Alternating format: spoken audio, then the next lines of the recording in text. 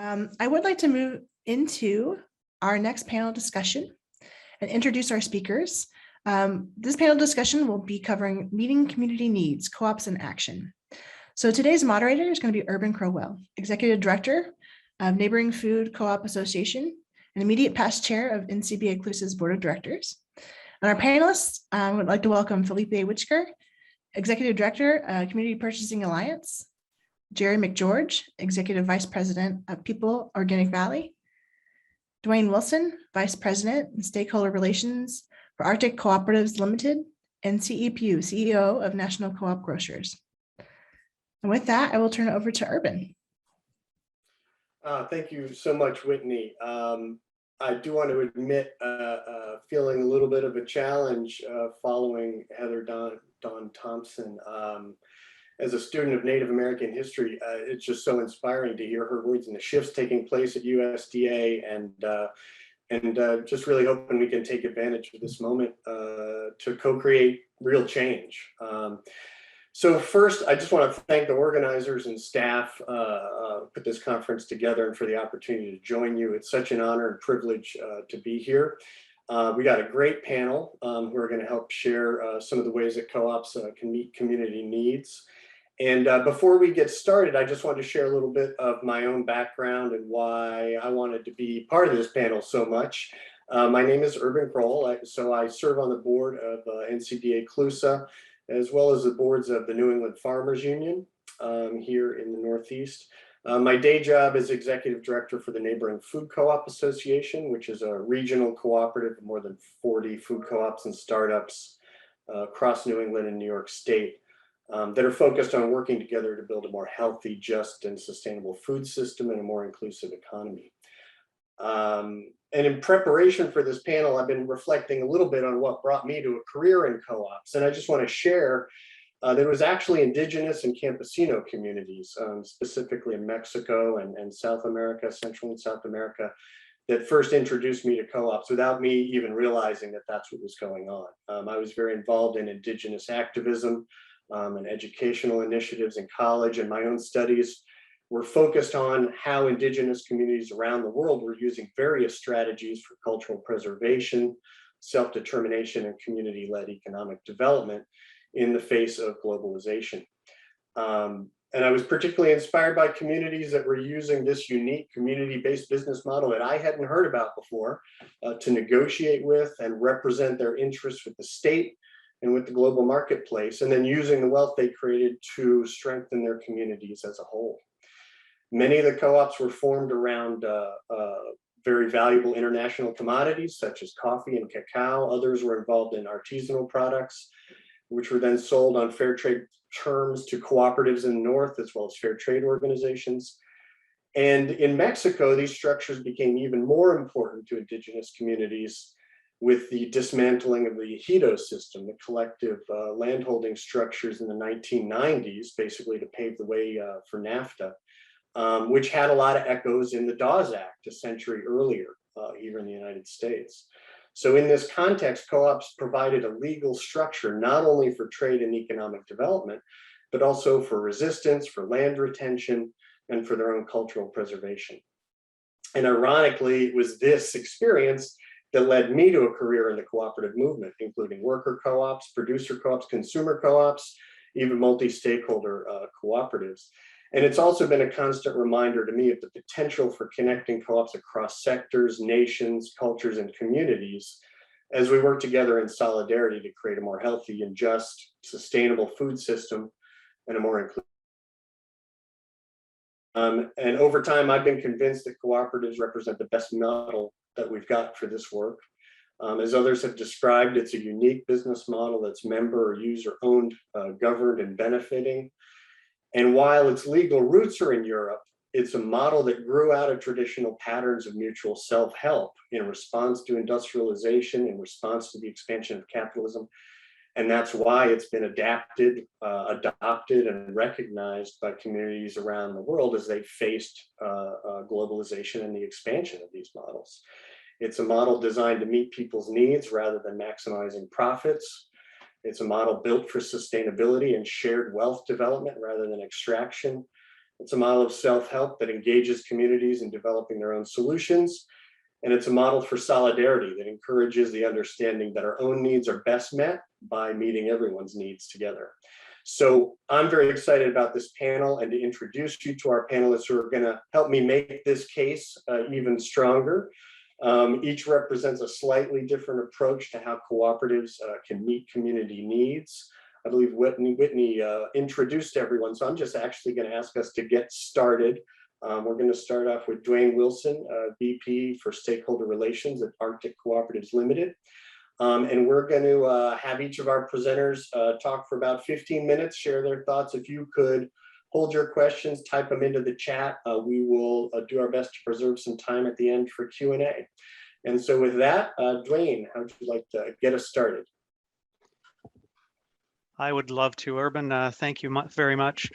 I see the host has disabled the screen sharing, so I'm hoping to get that either enabled or if my presentation can get pulled up. And maybe while that's happening, I'll just maybe indicate that if you were expecting a polished, professional, slick presentation, you've got the wrong guy.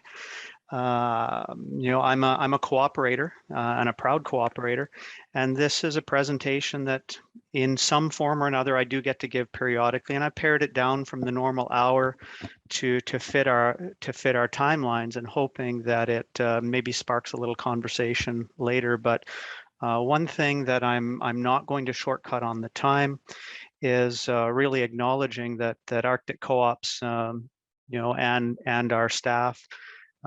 We work, we live, we gather, and we play on the ancestral lands, Treaty 1 territory, the traditional territory of the Anishinaabe, Cree, Oji-Cree, Dakota, and Dene people, and on the homeland of the Métis Nation. And we're very proud of the work we do serving communities and cooperatives and people in a faraway place. And I did leave some slides at the end of the presentation that are often the highlight for some people, that highlight some of our logistical challenges of construction and transportation.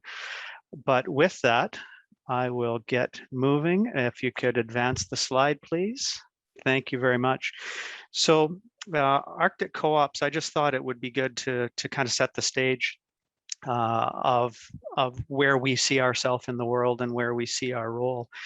And that starts with our vision statement, and it's that the Cooperatives Canada's Arctic share a vision of people working together to improve their economic and social well-being. And making that connection between economic well-being and social well-being is an important one, because often the resources or the financial means is the economic part, and then how those get directed could be answering a social outcome. As Erbin mentioned earlier, not profit for profit's sake, but really harnessing resources for the greater good of the whole. I really view cooperatives as being collective entrepreneurship. And Arctic Co-op space in trying to meet that vision is as a means of providing service to and enable cooperation among the multi-purpose cooperatives of Canada's North. So, this harkens to the principle of cooperation among cooperatives, that whether it is from a service perspective, whether it's from democratic governance, really Arctic Co-ops is a vehicle for the co-ops to work together.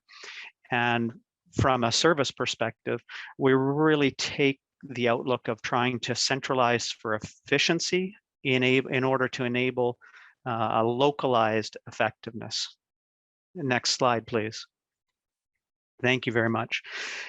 It was interesting. I loved the background of Heather's backdrop that shows pictures and mountains, and I think back to the fact that communities in Canada's Arctic really only formed about 60 or 65 years ago. The people were a very nomadic people that for national sovereignty reasons, for military reasons, for access to centralized services reasons, were assimilated into communities starting in the 1950s, often based around a distant early warning or a DEW line site, which was a line of manned radar sites during the Cold War era. So commerce in that time was fairly basic. It was a barter system, trading fur or Inuit art for staples that were brought in by sea. And one of the, I think it might have been Heather, if not Erbin, mentioned how historically, cooperative principles or just cooperation is really how people were able to survive in Arctic Canada, where the temperature can drop to -60, where there are no trees for heat, for shelter. And really, as our former president, Bill Lyle, put it so many times, cooperation and the notion of cooperative business just seems to come naturally because it's how we've worked together to survive for all these years. Next slide, please. So the co-ops had some pretty modest beginnings. Oftentimes the facility that they might have operated out of might have been salvaged from a DEW line site. It might have been built out of scavenged material. And the expectations for, in this case, retail in the Arctic back in the 1950s, fortunately, were very low. And the co-ops started with next to nothing and have spent the last 60 years building their capacity, building their infrastructure, building their communities. Next slide, please. So fast forward to, if you look through our history, that concept of working together, the co-ops were doing it at the local level, back starting with the first co-op that formed in 1959. And over time, they saw merit in, how successful they were at working together at the community level. And then the cooperatives themselves saw fit and wanted to expand that thought process to how do we work together at a larger level to even drive more efficiencies, more economies of scale, to provide ourselves services that we wouldn't otherwise be able to access. So 26 of them came together back in the early 1970s and formed the precursor to Arctic Cooperatives, which was then known as Canadian Arctic Cooperative Federation Limited. Much in parallel to that, there was a cooperative art marketing company that was co-owned with the federal government in Canada called Canadian Arctic Producers. And then in 1982, those two organizations, because they ended up having the same stakeholder groups, once Canadian Arctic Producers could get the federal government out of the picture, and they brought them together and renamed the entirety of the organization Arctic Cooperatives Limited. One of the other really salient moments in the history of the organization was the development of the Arctic Co-op Development Fund in 1986. One of the big impediments in the early days, and even one of the big impediments in the year 2021 to cooperative development and to cooperative expansion, is access to capital. And by levering a little bit of seed capital to start, the ACDF has continued to essentially serve as a revolving loan fund owned and governed by the co-ops themselves. So in essence, the co-ops are lending to one another, and then any interest paid, if there's a surplus, is able to be reinvested. So since 1986, I don't have the exact number off the top of my head, but there's been an in excess of $650 million in financing provided to these really small community co-ops to help support their needs, for whether it be inventory, for bridge financing, for capital projects, etc. Next slide, please. Thank you very much. So, if you fast forward, you look at those fairly humble beginnings, and you went into a co-op store in the year 2021, you would find, really food and consumer products store that wouldn't look out of place in a modest-sized community anywhere in the Canadian prairies. Next slide, please. Oh, don't know what happened to that slide.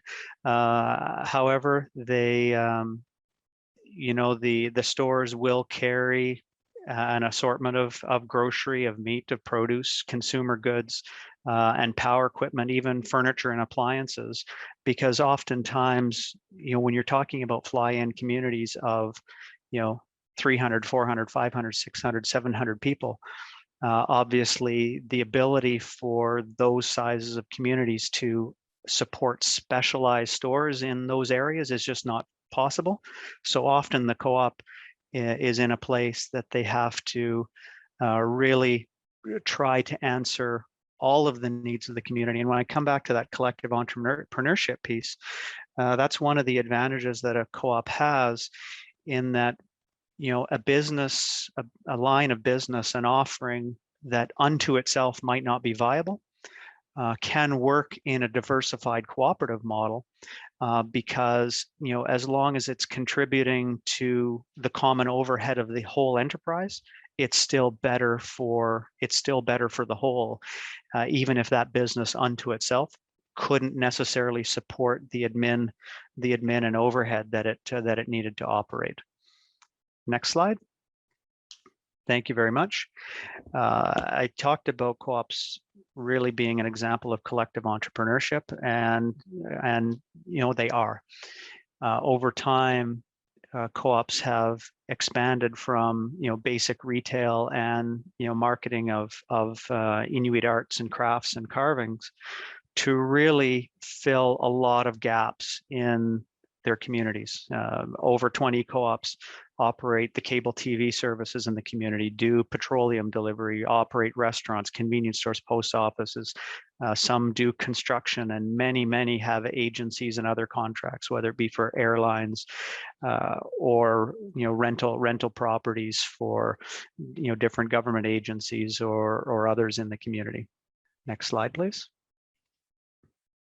Thank you very much.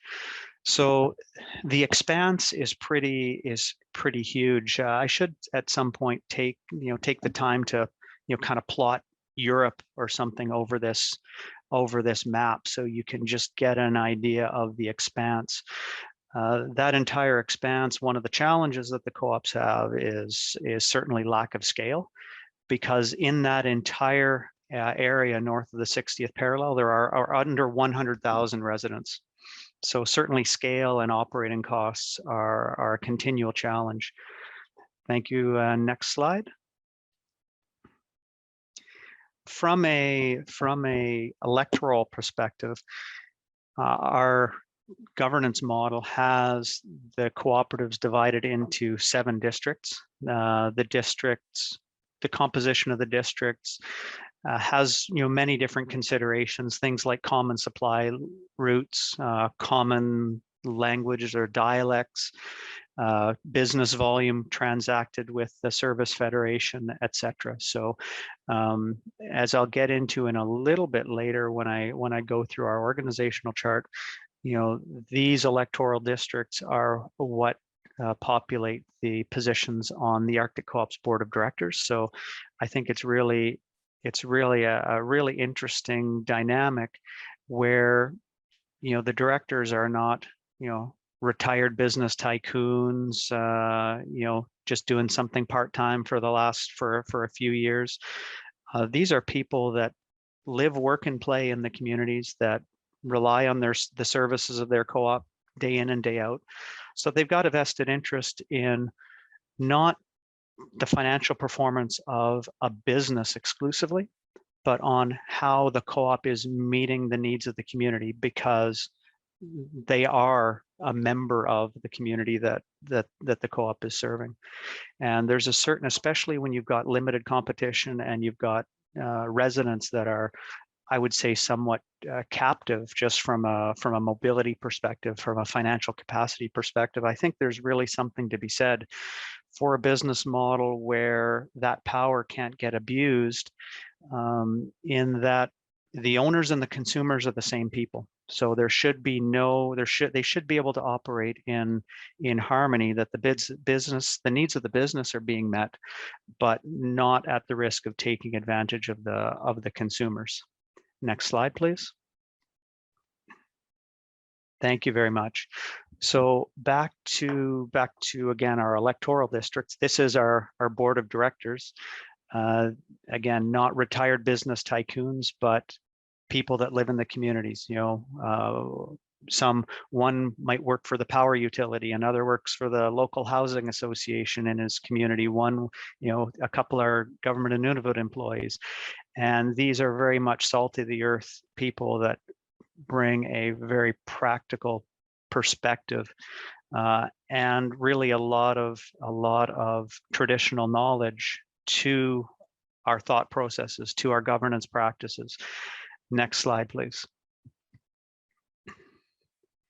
So this is a sample organizational chart, and I always liken the organizational chart. Everyone's familiar with the normal pyramid or triangle organizational chart that starts at the top and and then works its way down. And I liken the organizational chart, whether it be at Arctic co-ops or at a local co-op, to be like an hourglass. And in this case, this is of the local co-op, and the widest point of the hourglass at the top is the individual member owners, and depending on the size of the community, that could be 20, 30, 40 members in a community of in a very, very small community, or it could be a couple thousand members, or I think our largest co-op is Yellowknife. It has about 4,400 members, and those members, that widest point of the hourglass, elect a board of directors, depending on the local co-op's bylaws. Could be 5, 7. 7 is a little more typical.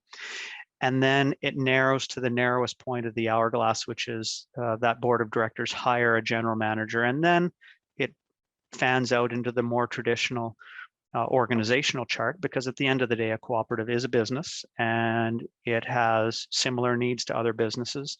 If I look at Arctic co-ops, it has needs for finance, and it has need for logistics and a need for IT, etc. So one of the interesting things that I'll point out in the org chart, and I apologize that it's an acronym, but the district support advisor off to the left-hand side there, that is actually an Arctic co-op employee. And they provide a support role not only to the board of directors, but also to the general manager. So in the case of serving as a liaison between the two, they would assist the board of directors who are responsible for hiring the general manager, appraising the general manager, preparing things like the budget, etc. And they're also a resource for the general manager from an operational perspective, and also a main point of contact for either the board or the general manager back to the service federation. Next slide, please. Thank you. So this is the hourglass that I would have described for Arctic co-ops itself, where we always refer to Arctic co-ops as being a support office or a home office, because we've got 32 head offices, one each in 32 remote communities that we serve. And our governance model, our bylaws are not one member, one vote, it's one member, two votes. So 64 delegates would come to our annual general meeting on an annual basis. And then, based on staggered terms of 3 years, there might be 1, 2, or 3 directors up for election, and those directors would be made up of from among the delegate body. So they elect, and the hourglass narrows when they hire this chief executive officer of Arctic co-op. And then again, back to my earlier reference, our organizational chart fans out into a more traditional one because of the common needs of the business. Next slide, please. Sorry to interrupt, Duane. You got a couple minutes. Okay, I will be quick. We'll skip this slide. It'll be there for reference if anyone wants it. The co-op system has grown to have over 22,000 members. These could be individuals or families, over 1,000 employees, in excess of $30 million in wages, again, in a population base of under 100,000.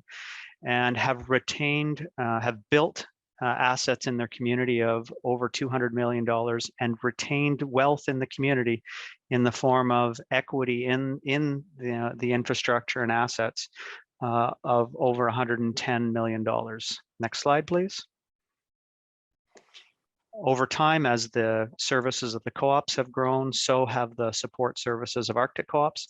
They've now expanded to include things like IT, member accounting, supply and logistics, HR, operational support, and art marketing. Again, very much with the spirit of centralizing for efficiency in order to enable localized effectiveness. Next slide. I'll stop there. I don't think we're doing questions. We're probably doing open forum after, and that's fine. If you wanted to just quickly flip through maybe the next slides, just to give people a teaser of some of the beautiful imagery and the challenges of our logistics, I think people might find it interesting. But if you're sharing the presentation itself after to those in attendance, they can also take a look at those at their leisure. And thank you very much, Erbin. I want to jump in Great. just quickly to that point. Sorry, forgive me, Erbin. I just wanted to let everyone know that yes, the PowerPoint presentations will be available. So we'll make sure that that's uploaded to that webpage. Thank you. Great. Thanks so much, Whitney. And thanks, Duane. I'm sure everybody will be amazed just by how inspiring an example you all have of meeting community needs in such a broad way. Like, I don't think most people think of cooperatives as being that diversified in the communities they serve, as well as the range of products and services. So I really appreciate you taking the time. I also appreciate your mention of collective entrepreneurship. You know, the term entrepreneur can have a very individualistic sort of connotation to it. And I often think about how different that is in a cooperative setting, where we really are talking about group entrepreneurship, even co-operatorship, I like to say sometimes, because it is so different from the individual sort of entrepreneur or business owner. So thank you again. And next, we'd like to hear from CE Pugh. CE is a CEO of National Co-op Grocers, to share some of their story and the way they use the shared strength of food co-ops across the United States to both change the food system and build food security. So CE. Thank you, Erbin. And pleasure to be here. Thank you all for taking time to participate today. I'm going to begin with telling you a little bit about National Co-op Grocers, some background. Our structure is quite similar to Duane's. I'll move on to the next slide, please. But in terms of scale, we're a little bit larger. 148 co-ops own us. So broadly, we're the National Association of Food Co-ops, but we're a secondary co-op. There are many purchasing co-ops. Most members might not be co-ops. They might be sole proprietors or individuals or LLCs or C Corps, where in our case, all of our members are consumer co-ops, which creates, I'll talk about that, some of the challenges and opportunities that creates in a few minutes. This group of 148 independent businesses operates over 200 grocery stores. I mean, by and large, we are the natural food co-ops. That's how the vast majority of our members were formed, or early in the late 60s, early 70s, and there's still new co-op development today, but essentially the vast majority of our members were created to make available a convenient source of natural and organic food at the time, which did not exist. Our membership spans 38 states, $2.5 billion in annual sales, 1.3 million consumer owners, and that about an average of 10,000 owners per co-op in the group. And we also think as close to a total of 10,000 employees in the group. Next slide, please. Let's speak briefly about our operating structure. It is somewhat unique among purchasing co-ops, and we think of ourselves as a purchasing and business services cooperative.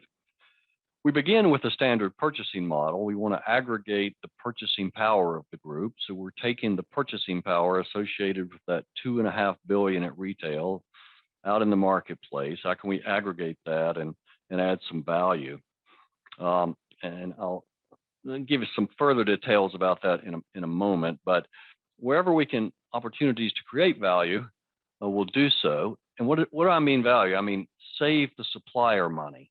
Is there a way for us to sort of step between a service provider or goods provider and the member and add value to that supplier? So then that creates, that supplier can lower the cost or increase the service or, share that value back with their member and save them money.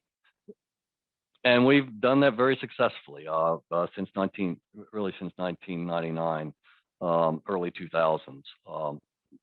I had a lot of success in creating value, learned a lot about how to do that. So as the volume goes up, as the folks, as the stores make purchases through these contracts, through these systems, we get a little scrape of that and our revenue grows. And we give some of that revenue back to our members in the form of excess profits at the end of the year. We return to them based on their patronage with us.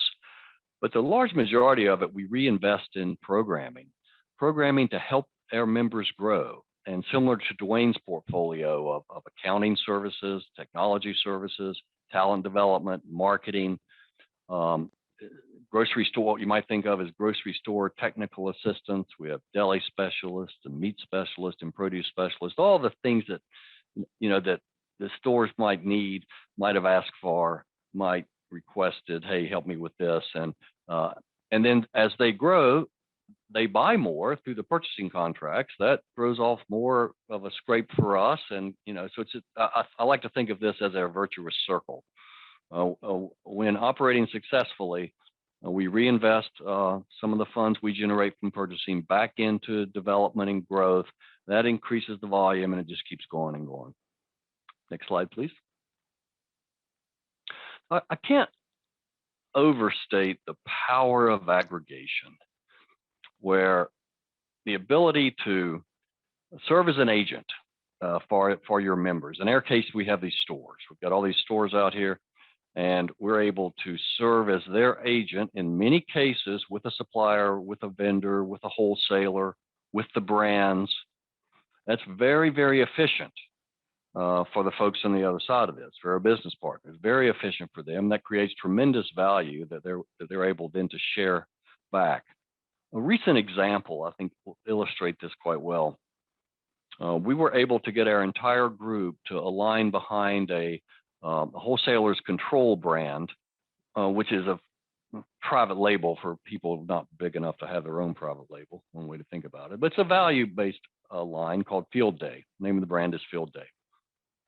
And we got agreement on stocking X number of items, agreement on a certain price cap to make sure they adhered to a value.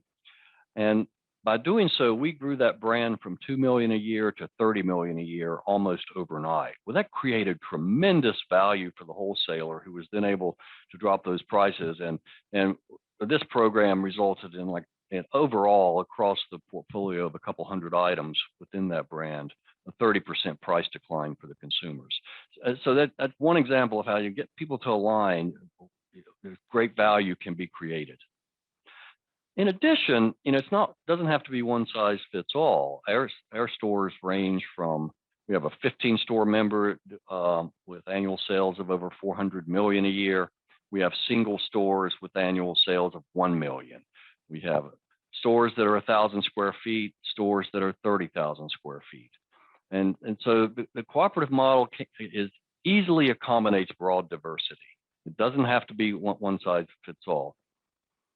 Then this question of at what cost, and I would ask you to always need to consider this. And I'm not talking about financial cost here. When we talk about aggregating, inevitably there's alignment. Alignment is an easier word to digest perhaps than standardization, but where the group can come together and align and standardize, whether it's purchasing or whether it's operating practices, that creates an opportunity for additional value. And so when I talk about what cost, that's really what I'm talking about. At what cost? What are you willing to give up? What degree of autonomy might you trade for increased value? So it's important to keep that in mind. we spend a lot of time on that particular matter. Next slide, please. Ownership matters, and this is, I think, the most powerful aspect of the cooperative structure for me. Yeah, you know, you own it. It's not an outside entity coming in to deliver something for you. It is individuals in a community or in a group or in a region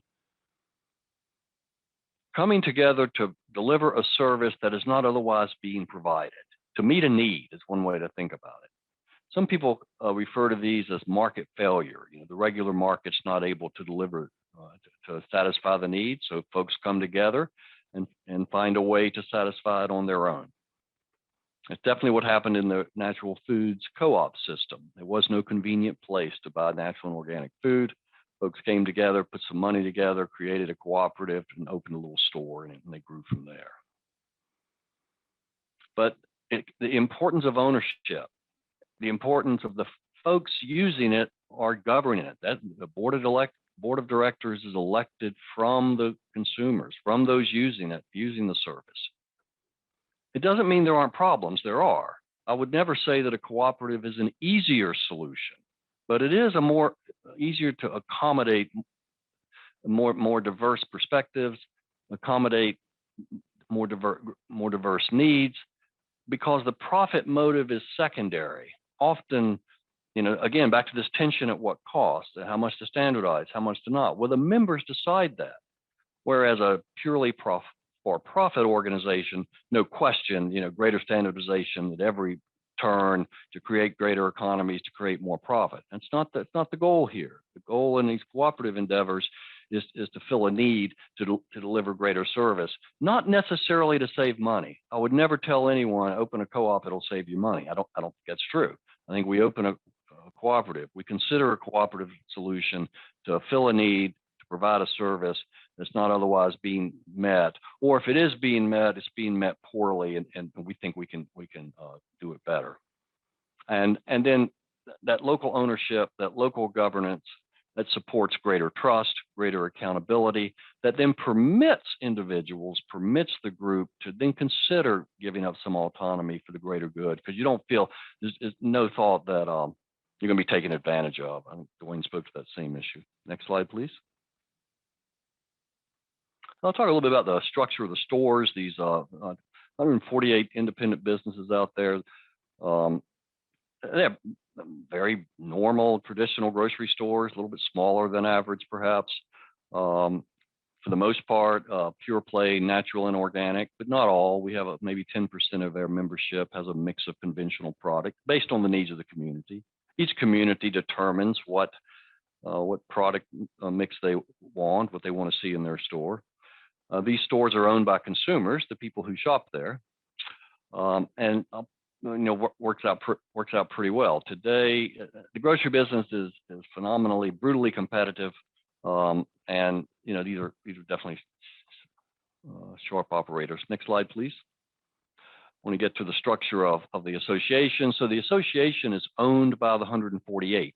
The 148 stores own us to deliver them value and service, save them money wherever possible, help them run better businesses wherever possible. Next slide, please. So this may or may not be a good example. A couple of our members buy Native American beef, and that's a product, I believe, distributed by Labatt's Food Service out of Texas. And I put that as an example of the power of aggregation. And I think this group is close to 20, perhaps 20 ranches and multiple nations, multiple tribes, and it aggregates economic power, basically provides a market for Native American beef. And it's an example of what could be done by a cooperative. This is provided by a third party. I'm not suggesting anyone should convert this to a cooperative, but if in existing situations like this, you might consider a cooperative solution for something similar, or you might consider a cooperative solution if this particular arrangement wasn't meeting your needs. But I think it's a good example today of what's possible by aggregating folks coming together in a sort of some common standard practices and common market. Next slide, please. So what might be possible? I mean, I think about it, and we work in the food space, and we're always thinking about production hubs and distribution, regional distribution where we maybe don't have a decent regional distributor. Definitely retail stores, group buying, common branding, so that it'll increase your market power, financing, et cetera. So I think most any need you have, you might consider a cooperative solution, but I would reiterate, don't think it's going to be easier, and don't think it's going to be less costly, but it might deliver a service and a value that no one else is delivering. And you're going to have great fun doing it, and you don't want to ever discount the value of that. Next might be one more slide here. Nope, that's it. Thank you very much. It's been my pleasure to speak with you, and please reach out to National Co-op Grocers anytime if you see any opportunity for us to be of help to you in your consideration of co-ops. Thank you. Great, thank you so much, CE. I was just going to mention a couple things. I thought your example there of the potential around beef is a great possibility to put out there. And I think what I would add to that is the way that food co-ops, your members, our members, I should point out, like the majority of our members are also your members, and there's a lot of ways our associations try to complement each other's work. But our food co-ops were very instrumental in creating the markets for organic in the United States, creating the markets for fair trade. And I think that consumer cooperatives and associations like NCG could play a key role in building the types of markets that are being discussed in this conference. And I think you've demonstrated some of the interest and willingness in sort of terms of thinking about those potentials. So really appreciate your presentation. Next, we'd like to go to Felipe Witchger, who's going to talk about the benefit of cooperatives for their communities from a slightly different angle, more from the purchasing side, and how you can use that strength of the purchasing cooperative to better meet community needs, as well as sort of improve or benefit the communities around you. So take it away, Felipe. Thanks so much, Erbin. Yeah, Felipe Witchger here, coming to you from occupied Wampanoag territory in the Northeast. I normally live in the mid-Atlantic on Lumbee land. I think we just heard two incredible examples of very well-established cooperatives with 1,000, 10,000 employees. I come from a much humbler, newer cooperative called the Community Purchasing Alliance. We started in Washington, D.C. about 7 years ago. I'm just going to briefly tell you a little bit of my story, a little bit of story of starting and helping grow the Community Purchasing Alliance this past decade. Then I want to turn to the challenges we've faced the past couple of years as I've tried to raise money to grow our cooperative to new regions, new parts of the country. And then that's kind of brought up a bigger question around capital supremacy, which I think is a challenge akin to white supremacy that is deeply problematic throughout our economy. But I think cooperatives have an opportunity, and an answer is about how do we build reciprocal relations between stakeholders. And just like CE was talking about, ownership matters and who are the owners and who are the members. Co-ops offer opportunities for different stakeholders and multiple stakeholders to be in governance. So I'm going to offer a few opportunities, a few signs of hope as I see them. And then I think the big opportunity is to really build strategic capacity for the broader shared ownership movement. And part of what I get so excited about with the potential for cooperatives is I think we're in an interesting time where there's a deeper yearning for solidarity in our economy.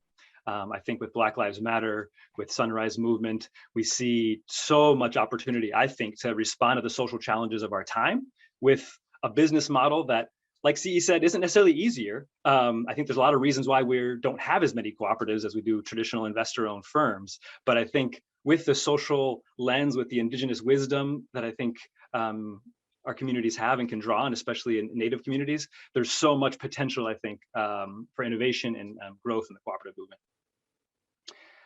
So first of all, I come from a Cuban immigrant mother, immigrated to Florida, and was born in the town of Immokalee. It's a migrant farm worker town that primarily picks tomatoes and watermelons, mostly Hondurans, Haitians. And I remember when I was 9 years old, my parents were helping organize farm workers to go on hunger strike to draw awareness in the food system of the growers, the pinhookers, the people that hired them, just the unconscionable conditions, living conditions that farm workers were living in, and then also the conditions in the fields. And this particular hunger strike was about bathroom breaks.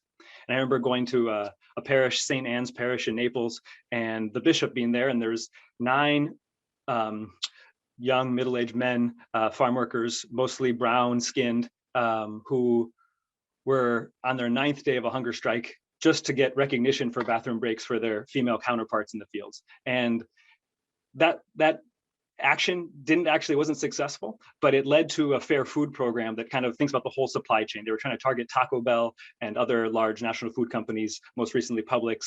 And this coalition of Immokalee farm workers has been, struggling against big business for 30 years. And it's sad for me in many cases to see labor struggles like those of, in the Amazon warehouse in Alabama a little bit ago, that we're still having behemoth companies like Amazon with very little dignity for workers. And that kind of question has led me over my life to ask the question of what is an economy where workers have some dignity and we have some potential for thriving and flourishing. And that's really what's led me to where are the alternatives? Where are the alternatives to our mainstream investor-owned businesses? And the cooperative movement has been an incredible place to find co-ops like the ones you've just heard, Arctic co-ops and NCG, that have very big established infrastructure. About 10 years ago, I was in DC and met a community organizer who said, Felipe, I work with churches, synagogues, schools, neighborhood associations, and more, they're paying bills that they just can't afford anymore. They have these oversized facilities, demographic changes folks have left the city. Help us, could we do some bulk purchasing that might save them on their largest operating costs at these independently managed churches and school and synagogue facilities. And sure enough, we were able to think about energy. Retail electricity was one of their largest operating costs. And we kind of just did a feasibility study. What are the 10 biggest cost items beyond salaries and personnel? And at churches, it tends to be, things like the utility costs, the trash hauling, the waste, the copiers, security, janitorial. So we ended up building a purchasing co-op that helps each of these institutions save a little bit of money. We have about 75 member owners today, about 150 participating institutions, and about 20 million in contracts that flow through our co-op. We basically serve as a broker, finding them higher quality service providers, in many cases more missional ones, ideally locally owned businesses, Black owned, Latino owned businesses in Washington, DC. We've shifted about 13 million in contracts to these smaller locally owned providers. And every case, the church or the school has the opportunity to select what's the right business for them, or what's the right small provider for them. It's always opt-in, it's always about adding value. And what we've learned in this process is that it's more often than not, peer church business administrators have good intelligence and have good stories to tell of what to avoid in a copier market or what to avoid in an energy contract, or when you're developing solar on your roof, here's the things to look for in legal contracts. So the core of our business is building trust amongst lots of independent small businesses. And most purchasing co-ops start that way, adding value to lots of small businesses. In our case, we don't have one particular category. We have 10 different business lines, everything from selling masks and PPE to schools as they ramp up for COVID readiness this past year, to solar development, to rooftop replacements. But our core businesses are in energy and janitorial and facility maintenance, including HVAC. So what I want to offer you, the Community Purchasing Alliance, is an example of a co-op that started out of a community need, has grown now, and we've been seeking to share this model with others. We've interest from places like Albuquerque, Denver, Cleveland, Detroit, Baltimore, but the two most successful ones have been in Chicago and Boston so far. So we have about $1 million revenue base, the 75 members I mentioned in DC, and now we're looking to 2 new parts of the country. But as we've tried to raise capital, there's very few traditional investors that are saying, oh yes, I'm happy to put my money into a business where the primary beneficiary is the small institutions. It's not the capital's interest in capital growing. And so as I've tried to raise capital, fortunately, there are many cooperative loan funds. Most often they need collateral or some kind of security. There's very few equity investors that want to help support early stage younger cooperatives. And that's where I would come across this capital challenge. But I think it's a really interesting opportunity because as Black Lives Matter, as white supremacy, as people seek to be more anti-oppressive in how they think about their economics, I think we have an opportunity to think about, not just reparation. Well, first of all, reparations, but also how do we build business structures with reciprocity? And so how can the investors that might invest in a co-op like ours, or a co-op that you might start, how can you invite investors to say, we care as much about the social impact of this community, and we're going to allow shared governance. And so 3 members or 6 members of our board will come from the community, will come from the customers, will come from the members, and us investors will only take 1 or 2 seats on the board. And so just thinking about alternative governance models and alternative ownership models, cooperatives and many of the established parts of the movement give us many examples. I want to encourage you to think about what are the examples that are responsive to your community's needs, the biggest struggles you have, and to find ways to weave those together. One sign of hope is a group called Start.coop. It's an accelerator for small cooperatives getting started. They've had their 3rd class, majority people of color, founders of color. It's kind of giving a kind of a support ecosystem of mentors. They started a new equitable economy fund to kind of give early stage investments into cooperatives.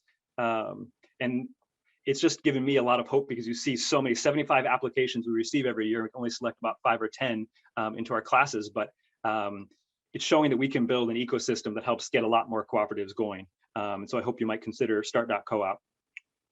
Another sign of hope is the Franciscan Sisters of Perpetual Adoration.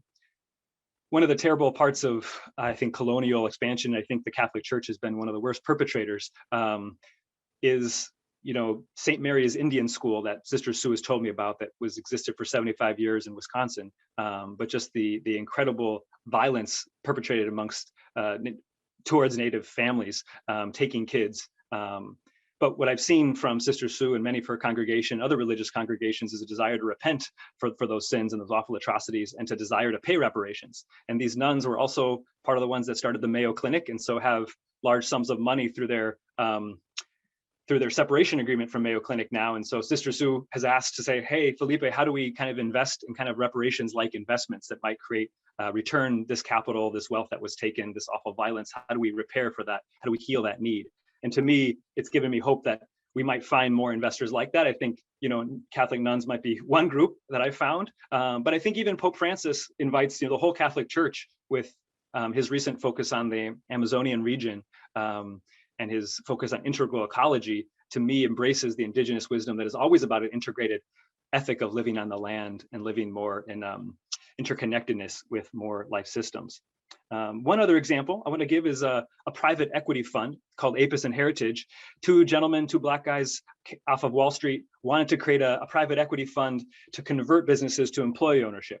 And this just gave me an imagination that we could use some of the tools of finance to bring together a much scaled vision to how to build wealth for communities of color, communities that have been locked out. And their vision is to buy existing businesses and convert them to employee ownership, convert them to worker cooperatives, ideally, in a way that builds the asset for the workers, who are usually just getting living wage. And when I think about how do Native communities build wealth, there's home ownership, and there's also business ownership. And traditionally we think of that in the stock market, but what if we could own the businesses we're a part of and we're working towards? And that's given me a significant hope as well. So I'll close here with just the hopeful signs about building more strategic capacity for shared ownership structures, and recognizing that I think we can disrupt a lot of traditional systems when we kind of align incentives and align social values with the challenges of running our institutions today and growing new institutions today that respond to the needs. And so my encouragement to you is to have courage to imagine how more businesses can have more reciprocal relationships like co-ops have, when the customers are their owners and their investors as well. And if you're thinking about starting a co-op, I just want to encourage you to dream big, to imagine that it's possible, to know that there are younger co-ops that are getting started every day, and to make direct asks of the folks here in this conference. I heard from Heather just such a beautiful invitation to imagine what kind of intermediaries we need to support as we work towards the indigenization of our largest institutions. And I think I've been surprised to see If you need to help raise capital, I'm trying to constantly find folks that are interested in investing their capital with cooperatives and similar enterprises. So hope to build more intermediaries that can support the growth of new cooperative economies. Great, great. Thank you, Felipe. I really appreciate your raising, this concept of capital supremacy and how co-ops can help upend that structure. I wanted to share briefly, I started my career in co-ops with Equal Exchange, which was a worker co-op and fair trade organization. And we had a Class B investment structure, and always were confronted with this conventional thinking that there's no way we could get enough outside capital, enough investors who would help us raise the resources we needed to achieve our mission. And what we found is that our cooperative identity, our fair trade mission, always brought forward the capital. We were always able to find that capital. Some of them were some of the folks you mentioned. Catholic Sister Orders were our first investors, and they really laid the groundwork for this model for accessing outside capital without upending member control, without upending the basic cooperative identity and principles. And one of our partners in navigating that, honestly, was Organic Valley. We found in them another co-op that was facing this challenge of recruiting sufficient capital for growth, and ended up working with them quite a bit to try to figure out how to make that model work. And I'm hoping Jerry can touch on that a little bit in his presentation here. Jerry is a fellow director at NCBA CLUSA and is also Executive Vice President of People at Organic Valley, also known as Crop Cooperative. Welcome, Jerry. Thank you, Erbin. And thanks to everyone for inviting me to be a part of this. I think it's a exciting topic to be discussing. May we go to the next slide just to get us jumping in, and just a little bit about myself. I've worked at Organic Valley now for about 24 years. I've really been involved on the people side of things. What a lot of places call human resources, we consciously decided to call it human relations. And that's been a key part of my job. But as Erbin said, I've had the opportunity to serve on the NCBA board for, I think, about a dozen years at this point. I think Erbin and I maybe came on the board in the same year. And that's been a great opportunity for me to really learn about the breadth and the depth of the cooperative movement. And I think we're seeing that some on this panel as well. Of course, I've also had the opportunity to make great friendships like Erbin, and really have appreciated that as well.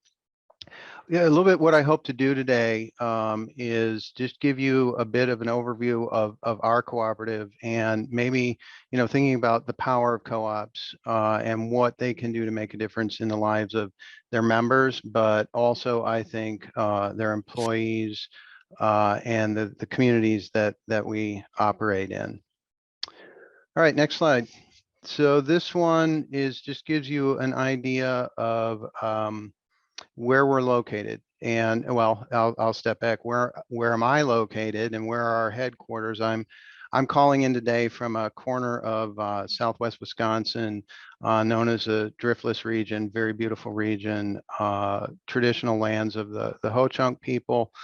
But you can see then by this map, each of those dots is representing one of our members. And in our case, our members are farmers, right? Because we're in the business of producing organic food product. Mainly, we're a dairy co-op, and something like 90% of all of our revenues come in from the dairy side. But we also produce eggs, meat, produce a little bit later. I'll give you a sort of a look at sort of the product breadth that we have. One of the ways I like to think about this is my own frame of reference. And I told you I've been here for 24 years. I started in 1997. We had approximately 50 employees at that point. We're now at this point over 900 employees. We had 150 farm members, and as the map shows, we're now right around 1,800. And our revenue the first year I was a part of the co-op was $20 million, and at this point we have annual revenue of about $1.2 billion. So, lots of growth. And it's been gratifying to be a part of that, right? And, again, back to one of my points, we see this expansion of our membership, also the employee base, and, the place where we have our headquarters, this very rural area of Southwest Wisconsin, typically or traditionally been a very economically depressed part of the state. Ends up that Vernon County is usually one of the top 3 or 4, 5 poorest counties in the state. And, so then, going from 50 jobs to creating over 950 has been a gratifying thing to be a part of, because, we're bringing jobs to the community, and largely, I think, pretty high quality jobs. I think next slide gives you a view of our mission statement. And, I'll pull out a couple of things here. So number one, our mission is really all about supporting family scale farming. And you can see in the middle of it there talking about regional farm diversity and economic stability. And I think that economic stability is a real central pillar for our farmers and what we're able to do. And we've really been founded in this idea of providing both stable and sustainable pay to our farmers. Anyone that knows anything about the dairy industry knows that there's a large amount of volatility in prices that farmers can receive, and this is a difficult thing to manage. And that's, again, we're looking at both a sustainable pay, a level of pay that's going to allow them to lead happy, productive lives, but also the stability. Secondarily, we're all about organic. Everything we do is organic, certified organic. And, going back to CE, I think that, Erbin mentioned, his co-op and member co-ops had a large hand in helping to build that organic industry within this country. Totally true. And those were our earliest customers. And so we still really appreciate what those folks did to help us out in early days. And so, yeah, that's been great. And then finally, and it doesn't really reflect it here on this slide, but I would say the third pillar of our mission is that we consciously made the decision that the co-op business model was the model that would allow us to best sort of deliver on the other two things that I talked about. Now, the next slide, please. I think it's important to then give a little bit of historical context here. So Organic Valley was started in 1988, and the 80s were a time that we talked about a farm crisis. I think that's true. I think we might be able to say that the farm crisis of the 80s never really went away, particularly viewed through the eyes of family scale farming in this country. And so, the farmers that came together to form my co-op, they were getting a very clear and consistent message that was coming from the burgeoning and growing, sort of ag industry that said, well, you need to get big or you need to get out of farming, period. They weren't particularly interested in doing that.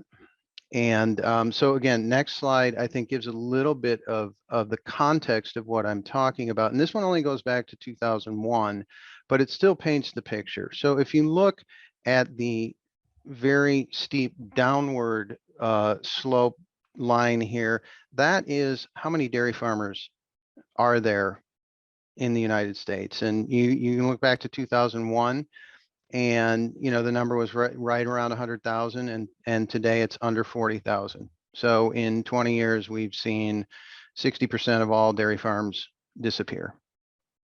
Meanwhile, the upward trajectory that we see on the other line is how many cows are in dairy production in the country. And, that number, maybe not the steady increase that we see on the steady decline, but pretty steady. And, what this says is it really, it reinforces what I brought up around the get big or get out, right? And so that you have some increase in the total number of cows in production, but a very steep decline in the number of dairy farms. So in our case, if we look at that, an average for us would be a herd size of about 70 cows on our 1,600 or so dairy farms. Well, the national average is probably 4 to 5 times that, right?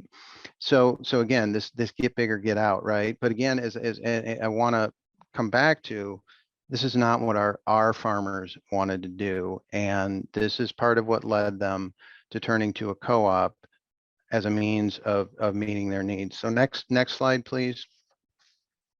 And I really like the quote on this slide that, yes, it was about how do we continue to be able to make a living?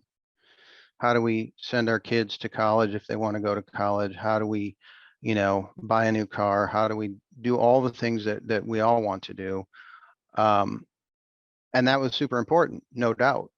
But it was also about a way of life. And one of the things that we found with our farms is often multi-generational farms, 2, 3, 4, 5 generations. And so, a deep connection to the land and a deep connection to this way of life, and they didn't want to give it up.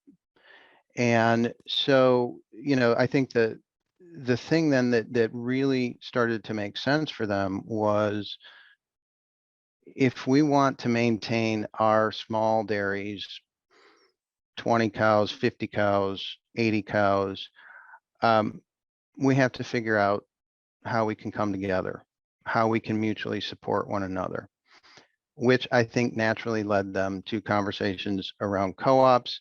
And, I will say in the beginning, it was certainly a healthy debate. There were definitely members who became members that were opposed to the idea of a co-op. And in some instances, they had bad experiences with ag-based co-ops, and they weren't sure that's what they wanted to do. Sort of a story from the beginning, one of the farmers stood up and said, I think we should be a co-op, but I think we should do the opposite of what the traditional co-ops are doing. And I'm going to come back to that in a couple minutes, because there's an interesting take on what I think he meant when he said that. So, it's really been about allowing these folks to maintain, scale that they feel comfortable with, something that their family can be a part of. And so, sort of a marginalized group, if you will, really, they've been getting a message for 50 years that the way that they farm is probably on the road to extinction. And, sort of swimming upstream against that, but the ability to aggregate, the ability to work together, has really allowed them, I think, to flourish. And so that's sort of the idea writ large. But I want to talk a little bit about how, within the co-op, then this sort of repeated itself. And so next slide. So at a certain point, we started to notice that there were Amish folks that were attracted to our co-op. And I will say in the southwest Wisconsin, we have a fairly significant Amish population. And some of them had worked with the co-op from the early days, but really doing some of the produce farming. And then, we started to attract interest from groups of Amish folks in Ohio, in Indiana, in Pennsylvania, who were dairy farmers. And extension of what I've just been talking about, an opportunity for these folks also, to maintain their way of life and to utilize our co-op as a means of being something, bigger that would then allow them to have more power in the marketplace. And it was very interesting. I think it was about 5 years ago, we knew that our membership within the Amish and Mennonite communities have been growing fairly significantly. Somebody sat down and did the math, and all of a sudden we were all looking at each other going, over 40% of our membership is Amish. And that was a really, that was a watershed moment for us to recognize, back to this concept that, it's about our members, but it's also about our employees and communities. Well, suddenly, 40% of our membership is coming from these Anabaptist communities, and making, conscious decisions around, okay, how do we include them more fully in the cooperative and what it is that we're trying to accomplish. So, pretty interesting moment for us. So next slide. And, I appreciated, I think it was CE that had a slide, that talked about ownership matters. And I really agree with that. And I'm wanting to outline a couple, 3 ways where I think that's been important within our co-op. So, as I said, this gives you an idea of sort of a product line and the prominence of the Organic Valley brand. And I think that this has been a very important part of who we have been, the concept that we felt we needed to develop a brand in the marketplace. And we thought that doing that created a further level of stability for the co-op, that we would not become just a supply co-op, where, oftentimes what ends up happening then is, you're kind of at the whim of who you're supplying. And we thought that brand was really important.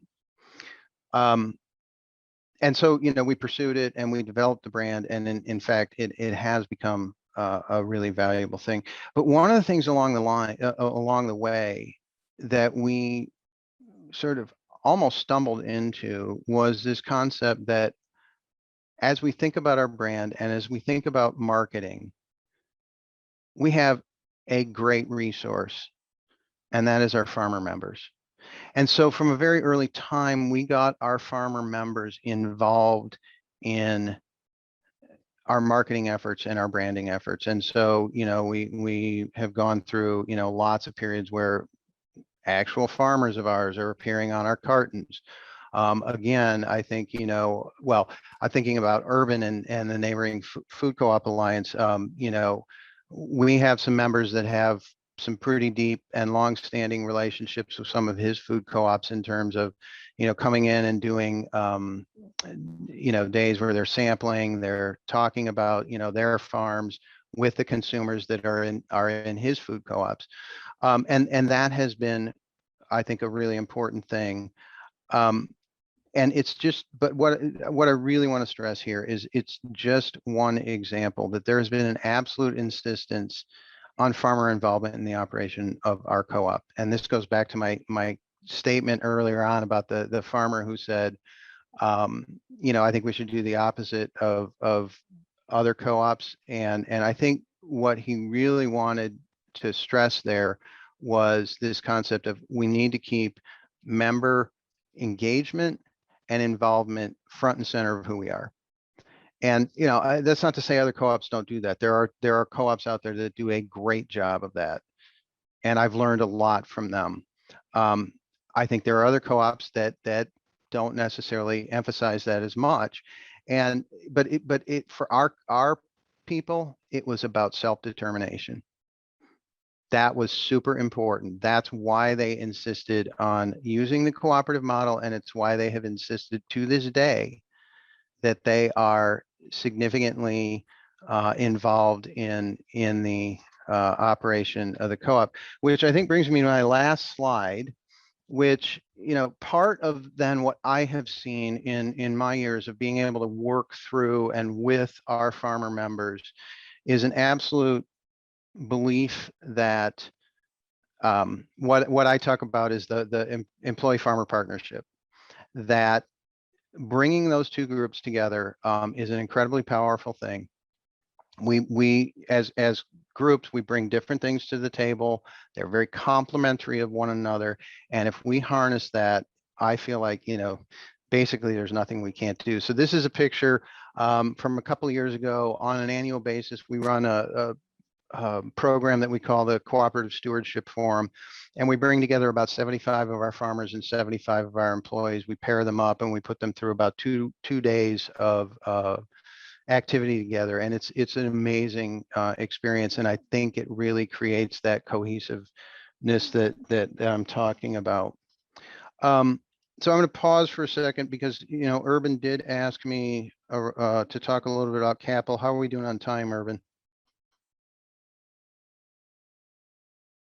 I think you're on mute.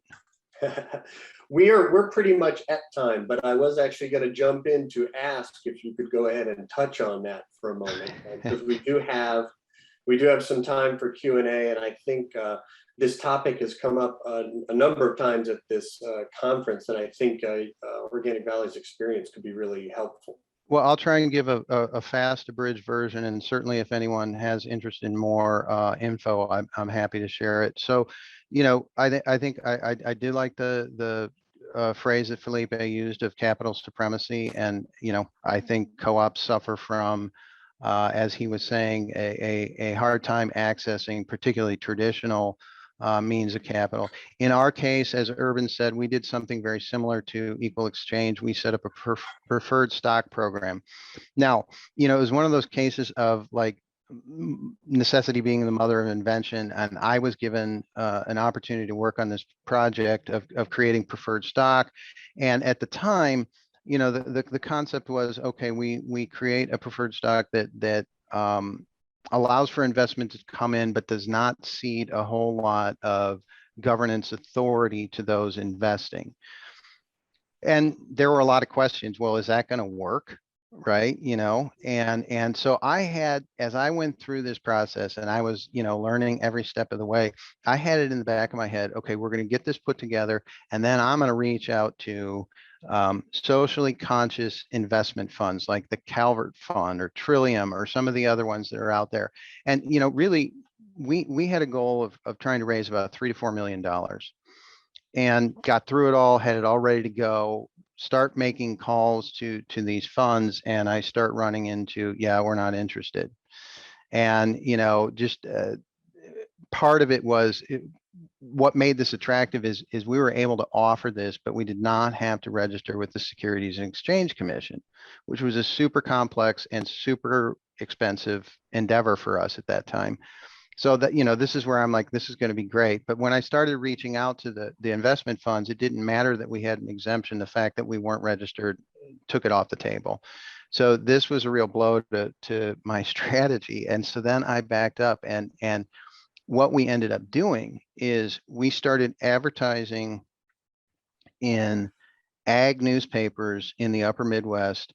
And I sat down and looked and figured out who the 10 largest food co-ops were in the country, and we started advertising in their newsletter. And that was the beginning of our process. And so a couple interesting things happened. You know, I was hoping, you know, if we can get an investment fund to put in $1 million, we'd feel great. Because remember, we're only trying to raise about 3, 4, 5 million. Started getting checks for $25,000 from retired farmers, from food co-op folks that believed in what we were doing, and it was wildly successful. And two things came out of it. So number one, we created, unwittingly in a sense, another very invested, figuratively and literally, group of stakeholders. They absolutely have been wonderful in their support of us. And, you know, again, the typical size investment here is, I don't know, $20,000, $25,000. And we have a couple thousand investors, not the half dozen I was thinking we might get. So then back to looking to raise maybe $3 to $5 million at its high water mark a couple of years ago. We were able to attract $100 million in investment in our co-op through using this. So it worked out really well. Yeah.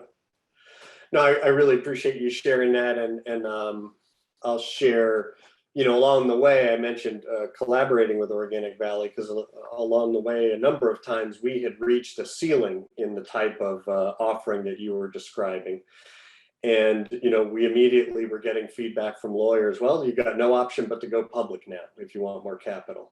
And we're like, well, wait a minute, let's think about this. And we actually worked with the lawyer that you were working with to think about this more deeply and found ways to get around that issue. And again, never had issues with raising capital. In fact, at many points we were having to turn it away because we were hitting that cap.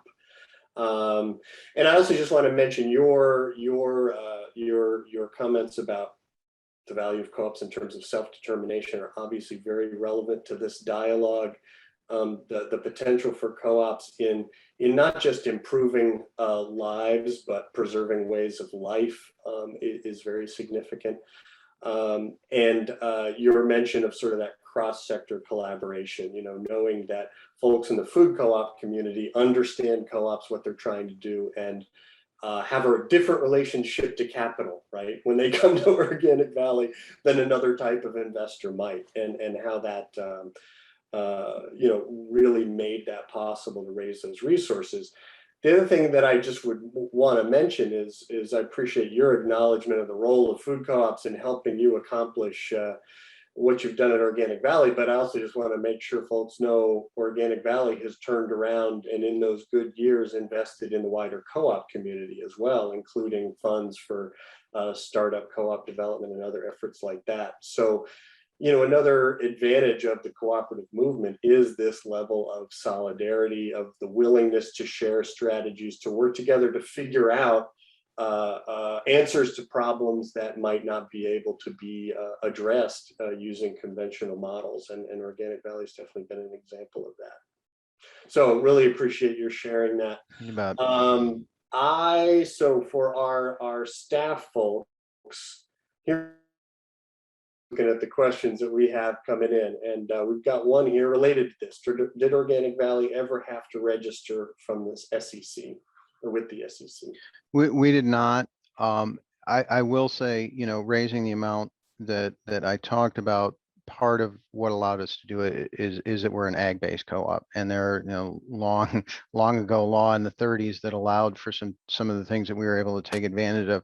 So there might be some limitations in terms of co-ops from other sectors, but you know, to Erbin's point, I think that you know, you can look at it and come up with some strategies and you know, use something like this preferred stock as perhaps a means of bringing some investment in. And again, as I said, if done right, you don't have to give up a lot of governance, which, you know, again, I think Felipe brought up, right? Typically you get an investor and they're going to want to say, well, okay, how many seats on the board, or, you know, those types of things. And we were able to pull this off with very little of that with these investors. Thank you. Would any of our other panelists like to address this question around capital? I don't know if Duane, I know that the history of the Federation is very different, and the way that you built up capital is pretty unique, but maybe you have something to add there. CE, I don't know if there's anything you've been talking about from the NCG perspective, but please feel free. Yeah, from an access to capital perspective, thanks for the question. You know, fortunately, the co-ops have been reasonably successful over the years, individually and cumulatively. And it's interesting that, but if you look back over the course of, pardon me, their approximate 60-year history individually, most co-ops have struggled at one point or another. These are very, very small businesses that really are often reliant on one or two key people at the helm, and the risks are high when you are operating in the types of communities that the co-ops do. But because of cooperation among cooperatives, because of in essence the strength of working together, they've essentially been able to support one another through their creation and their mutual support of their service federation, so that those times, those tough times, you know, may have been difficult, but they haven't been fatal or catastrophic to the cooperative. And the other thing, you know, as it pertains to risk and not only access to capital, but cost of capital, is that through working together and having a level of support from a governance and from an operational and an oversight perspective, such as our member accounting department provides, etc. In a lot of cases, from a commercial lending perspective, really de-risks the cooperative. So that manifests itself in either more ready access to traditional sources of capital, or being able to access that that capital at very, very, very low rates of interest because the risk is reduced. Great, thank you. CE, would you like to add anything on this? Maybe just one thing, very similar to Duane, that food stores have collateral, so it's a little easier for us. We've got equipment and inventory that, and so for existing businesses that have a record of stable cash flow, not really any difficulty accessing bank loans or traditional forms of capital. Where we struggle, where the system struggle, is in attracting capital for new startup cooperatives where you don't have a history, and that's mixed. But same thing, member loans, preferred shares. We've experimented with a hybrid investor, and we went so far as granting them a few votes, and that's gone very well. But the startup remains the greatest challenge. I don't think we have any magic answers for that yet. It remains tough. Yeah, maybe just to build on that for a second, you mentioned how many of our food co-ops started in the 70s in very niche markets, right? And had often decades to build up their business, to build up capital without a lot of competition. And when you're trying to launch a food co-op startup now, that's just not the case anymore. I have maybe back to Jerry's point, I think a lot of our co-ops that have been successful in really engaging their members in their mission and their purpose of expansion have done really well with member loans, but those are mostly ones in areas where members have some of that capital and are interested in putting it at risk. And we've also experimented a little bit using this Class B model for food co-op startups. And as you pointed out, I think it remains to be seen, like if it's gonna work or not. But I think what we're really getting at here is the value of sort of the sharing and collaboration and strategic thinking in the community that's going into trying to navigate this issue. Maybe do we have any other questions here coming through in the chat? We don't want to spend all of our time on the capital question. Maybe I wonder if we could build a little bit, obviously a question or priority here is to try to figure out how the cooperative model can be used really around this question of self-determination, around control within the community, around returning benefit to the community. And I don't know if any of our panelists have thoughts on that. One thing that I will mention, we've talked a lot through this conference about this basic model of user ownership, user control, user benefit. In practice, in my experience in the food co-op movement, and CE, you can weigh in on this, food co-ops generally have recycled that net income into their mission and growth much more than they have in distributing benefit to individuals. So, and I only raise that because there is no requirement to distribute that benefit in a given year to your members, to return the surplus or savings. You can also reinvest in the cooperative. You can also retain it in the cooperative in the member's name as a way of building capital within the cooperative. So as far as being aligned with that purpose of community development and reinvestment in community, it's a very flexible model. And I don't know if any of our other panelists would like to speak to that.